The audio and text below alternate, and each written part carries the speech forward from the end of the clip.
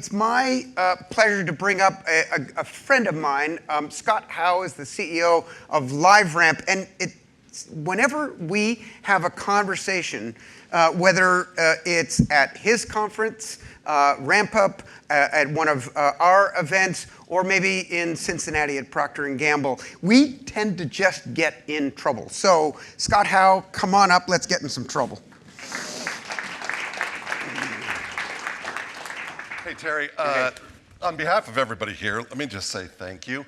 I was just saying to someone in the audience that this is my favorite conference to come to, other than Ramp Up, of course. Of course. Got to be said. Because you keep it the right size. The people here are all the folks in the industry that want to talk to one another, and the content is always phenomenal. So thank you. This is great. Appreciate it. Great. Appreciate it. You know, you're great. You have this incredible lens from which to look at this ecosystem, and yet you're such a shrinking violet. I mean, I just wish you would come out of your shell and have more opinions. Yeah. So, true story, and Christy, I tell you this because you're in for it. I got the list of questions a few days ago, and well, those are the fake questions. Well, and that's right. I said, hey, thanks for sending these over, and he's like, yeah, I just want you to know I'm not going to ask you a single one of these. Yeah. So it's going to be a free-for-all. The origin of this story, true story, is years ago. There was a large senior executive from a big media company that had a lot of comms people and lawyers and the like. And so they were doing this. I was doing a Fireside with this gentleman, and their comms and legal groups were like, we need to see the questions in advance. And I'm like, okay. So I walk out to the bullpen and I ask one of my analysts, I said, I need 10 questions for that executive. And he's like, okay, great, I'll have them to you by 5 o'clock. And he goes, I said, no, don't send them to me. Just send them directly to their comms people. I don't want to see them because, quite frankly, we're just satiated. Anyways, that went over well. And I did it again actually with a Facebook, and he said that he goes, I assumed those were nonsense. I actually am going to throw you a bit of a curveball just to get started here. Why not, right? So I was of course joking about your lack of opinions. You've been participating in a lot of the day today, so I'm curious to hear from you. What is the one insight point takeaway that you most agree with, and what's the one that you most vehemently disagree with in terms of what you heard today?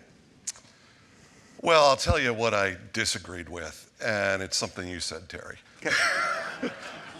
So you had a slide up earlier that talked about how slow the growth is of clean rooms and data collaboration, and I will tell you, I think that was true maybe a year ago. Okay. But I don't see that. Okay. In fact, what I see in our numbers, in our pipeline, in the conversations that we're having, and we reported earnings yesterday. You can see it in our financials. We just see a lot of momentum.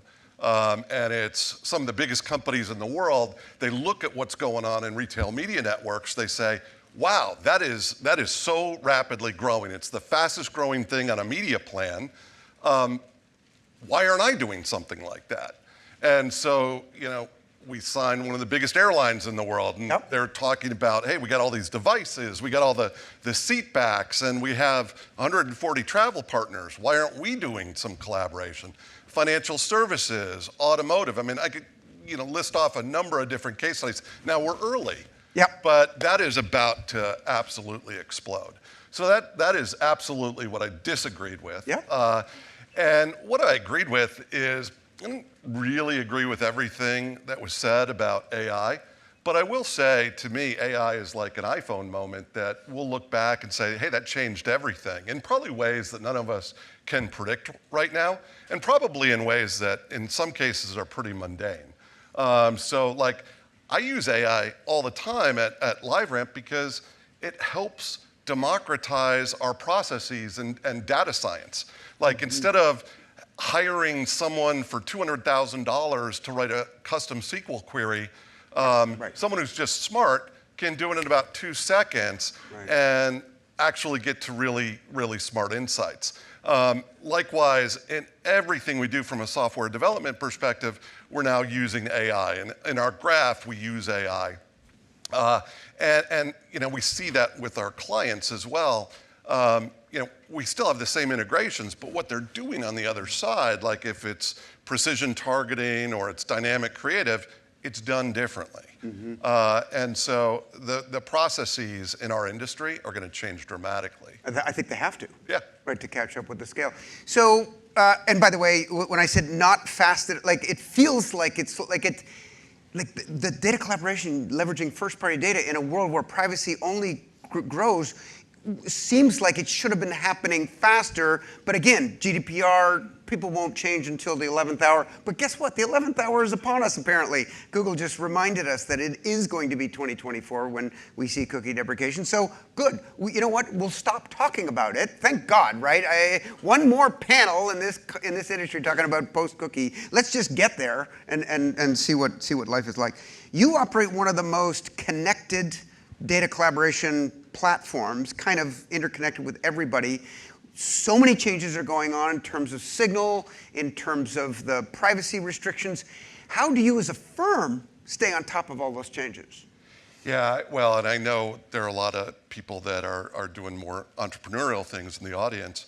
And I would just say that this is awesome. Like, embrace the chaos, because industry disruption is what solidifies incredible companies. Every time there has been a recession in our lifetime, a winner has emerged out of it. I mean, when did Google come to power? It was after the 2001 dot-com implosion. When did Facebook really take off? It was after the 2007 financial market crisis. And those times of disruption are when there's an opportunity to move fast and tilt the playing field, if you will. And so, we look at things like the changes in privacy regulations or what Google's doing as incredible opportunities. And so when people say, oh God, I got to change everything, it's like, that's great, because all the companies we serve have no idea, and they need to look to someone for advice. Might as well be us. Right. So, whenever there's a disruption, whenever there's a recession, you kind of look and say, how can I take advantage of that? Never let a good crisis go to waste, right? Yep. And usually, we make the point, hammer, meet, nail, that change tends to accelerate M&A because the faster things change. If you want to go to market, you can't get there fast enough organically, and you have to start acquiring. That works up to a certain amount of change, but when we get into the stratosphere of change, I don't know, people tend to hesitate a little bit. I want to talk about this notion of how much competition is in collaboration. Yeah. You work with, Google and Amazon and Databricks and Snowflake and all these players, but Connor in our State of Digital was talking about, platforms versus best of breed. How do you see your work with those platforms as collaborative or competitive? Yeah, well, it's definitely collaborative. And I would say there's probably a misunderstanding in the industry that many of us face, is that when you start connecting all the different silos, whether it's physically or just metaphorically, such that they can collaborate with data, obviously, those circles of the silos start to become more of a Venn diagram. So there starts to look like there's a little overlap. So people say, hey, aren't you competing against Snowflake? Aren't you competing against Google? Aren't you competing against any CDP? And the answer is no. Rather, they're the endpoints that we're connecting. They are our biggest partners. And as an example, last quarter, our collaborations with Snowflake brought us 140 new clients that are sitting in our pipeline right now. And because when they connect to the rest of the world, they see a pretty massive increase in storage and compute. In one of the earlier sessions, someone said, well, what is a clean room, and who's competing against who? And when I talk to clients, I often talk about, hey, what you need to succeed in data collaboration are a few things. You need storage and you need compute. And for those, that really looks like a commodity. There are a number of different providers, and that's what they do. You need some way to manipulate the data. To me, that's workflow. It's a segmentation, UI, it's a segment builder. It could be a clean room itself. It could be a marketing data cloud. It could be a CDP. But it is something that you manipulate at your desktop. And then you need some other things. You need access to data. You need foundational identity to tie different identity sets together. Yep. You need connectivity out to all the endpoints that matter, the destinations where you want to use data, and you need governance to control permissions, make sure that the data has been authenticated, ensure that the usage across companies that might be collaborating is well maintained. Well, those first two, storage and compute, we know who does that, and they're great companies. The second, it's CDPs, CRMs, used to be DMPs, a whole wave of folks are fighting for control of the desktop. And then the last group of things we think is best done as a network. We think that's what we bring. The sexy stuff is the first three. We're the boring kind of plumbing and wiring of the industry. But it's fun because I can walk into any conversation with that definition and say, who are you choosing for those first three? And whatever they say, my answer is, great. That's a great choice. I can make it better by connecting you to the rest of the world. Talk to me about the necessity for known identity.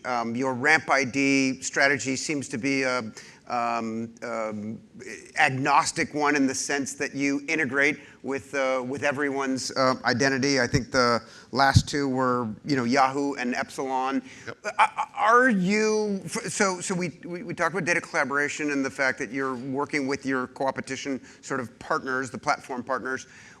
On identity, it's always a challenge to create a currency. What is the end goal of Ramp ID? Yeah, our goal is to be a Rosetta Stone, a translation layer.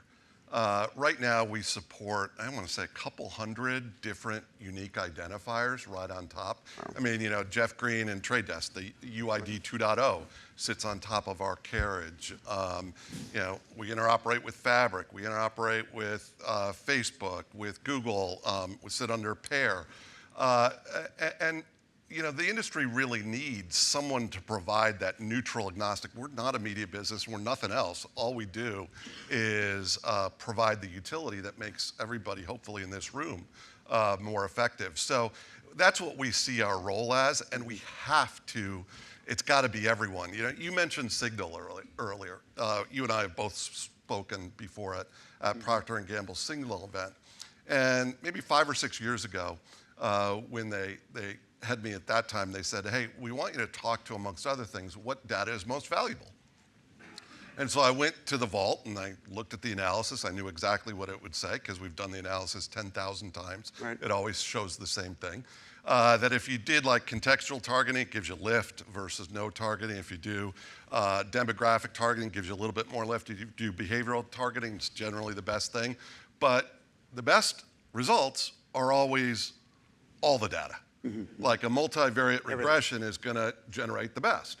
And so the implication of that is that what we're talking about here in terms of collaboration, it has to be done at scale. Because if you don't connect with everyone, you can't possibly win. And if any of you feel like you're competing against Amazon or Google, like the game is stacked against you because they have access to a lot more data. Right. Unless you collaborate with everyone else who has really interesting first-party data, because together, like Chrissy, she's going to come up, and Albertsons has amazing data. Mm-hmm. But Albertsons and P&G and Albertsons and Unilever have something that is more valuable than anything that Google will ever have. Right. So it's an and, not an or, and you need as much scale as you possibly can get scale in first party. as you alluded, you had earnings yesterday and crushed it. The stock is up 20% today, so congratulations. It's been an odd day. There's like a half a dozen companies that are up or down 20, 25, 30%. So it's sort of like been a strange one. Do you think this is a litmus moment? Obviously, we saw the big tech guys all announce blockbuster earnings, and they're way up. But amongst the companies that operate in that sort of open web and hedged garden area, we used hedged gardens as a sort of connotation for more protected, more first-party data environments like CTV and commerce media. Is this a litmus test? Are we starting to see sort of the split between the opportunity in those two worlds? I think we're at an inflection point, and it's actually been very quietly. We've entered it probably about 9 months ago. Mm-hmm. And just yesterday, I was looking at our distribution. So when advertisers distribute their data to different destinations, we have pretty good visibility as to, who might be increasing their share of advertiser data and who might be decreasing. And what was amazing is, of the top 50 distributions that we saw last quarter, 22 of them were CTV providers. Mm. Most of them were not even on the list 2 years ago. Likewise, we saw last year, we started to see the meteoric rise of TikTok and other social media platforms, oftentimes through a custom integration. And so we knew that that share was going to come out of someone. Yep. And obviously some of the walled gardens had pretty disappointing period of growth for a brief moment of time there. And retail media networks.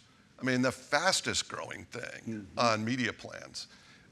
The money doesn't just come from nowhere. Right. It comes from somewhere. Right. And so it's kind of a zero-sum game. It grows, 5% every quarter of the overall budgets, and It flows from linear into addressable. But there are winners and losers in the mix, and we are right there. Yeah. And so, I think the days of display programmatic, I don't even want to say display programmatic. There are going to be haves and have-nots. Those who have interesting data on their customers and have gained permissions, which, oh, by the way, here's an interesting stat as well. If you go back 3 or 4 years pre-pandemic, less than 20 of the ComScore 50 publishers were doing authentication. Now it is 50 of 50. Right. And that doesn't mean they all require a sign-in on the firewall. Sometimes, if it's weather, they might push you out a text that as you open, you re-authenticate for the next 30 days. So they're all doing it different ways. But those ComScore 50, all of a sudden, for the first time, like for 20 years, they've been disintermediated. Right. But now they're realizing they have really valuable, rich data. And if they can bring that to bear and collaborate with advertisers, magic can happen. So they're going to win. And not all of them are big. Like, I subscribe, I build furniture as a hobby. I've done it since I was a kid. So I get Fine Woodworking magazine. And they have a website, and I authenticate. They don't have a lot of traffic because there's not a bunch of people as geeky as me, right? But that's valuable. The people who are going to lose is this long tail of scut inventory that has been driving tonnage, which, quite frankly, didn't ever work. It was just used to average down the CPMs. Yep. And so the world's bifurcated into stuff that works, CTV, high-quality publishers, retail media networks, and the stuff that doesn't work, see you later, no one's going to cry because all of that content is crap. Right. Well, remind me to leverage your furniture building skills to maybe work on a sandbox. Let's do a rapid one, and we'll finish up. LiveRamp has utilized both organic and inorganic growth. Yeah. You've had some very key acquisitions that positioned you, and I got to ask this question, right? How do you think in this environment, your perspective? You've been on a march to improve operating margins, and you've done that while maintaining growth. So well done on year of efficiency. But how do you see acquisitions, organic versus inorganic growth going forward? Oh, I mean, in any given year, I mean, you know this, we probably kick the tires of 100 different opportunities. But we're very judicious about what we actually choose to do. The one thing that we've done that I would just say is probably a best practice, Dave Eisenberg, who runs Corp Dev for us, is out there, and this was his idea. It's brilliant. Like, when we start talking to a potential acquisition or even a commercial partner, we'll open up a Google Share document, and we will write a vision of how we will work together and iterate. And you know, that gives us a blueprint that everybody agrees on. Yeah. And it also gives us a chance to get to know each other and realize, like, are these people we trust? Are they people we like? But in the acquisitions that we have done, that has been formed the operating plan, the blueprint of exactly how we execute. We did that when I was at Axiom and we acquired LiveRamp. And so from day one, we knew exactly how we were going to run it and how we were going to, in that case, how we were going to ring fence it and allow LiveRamp to do their thing. And what, 6 years later, both companies still doing well? Yeah, I mean, when we bought LiveRamp, it was 10 million, and now it's, you know. More. Yeah. 600 some. Scott Howe, fantastic conversation. Thank you. Thank you.